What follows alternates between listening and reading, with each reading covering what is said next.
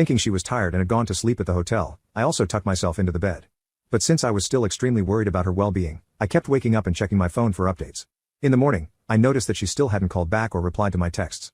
After trying for a few more minutes, I called her sister to ask if she had talked to my wife. She hadn't, so I decided to call my wife's friends who were supposed to be on the trip with her. That might sound very invasive, but I genuinely thought it was an emergency. For the longest time, I have had a fear of my plane crashing into the water, and I didn't want my wife to go through that horrible fate. But when I called her friends, guess where they were at? They were 2 blocks away, having morning tea at a cafe. I thought it was a silly prank and I was being messed with. But no. My wife had truly disappeared, and abandoned me. I was distraught and completely went off the rail. I got really drunk and showed up at her parents' house, claiming that they were hiding them. My mother-in-law was really kind and understanding of my situation, however. She let me in her home and comforted me for days. I can't remember how many times I cried on her shoulder. Eventually, I accepted reality and began working on moving on. It took me a long time. Even with the support of my family and friends, I still missed my wife a lot.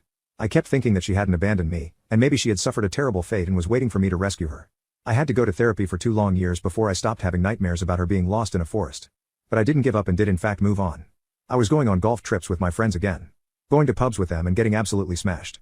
Joining the gym and finally working on my fitness level. I even got a promotion at my company. I thought that my life, which had stopped in time, was finally moving again, and I was happy.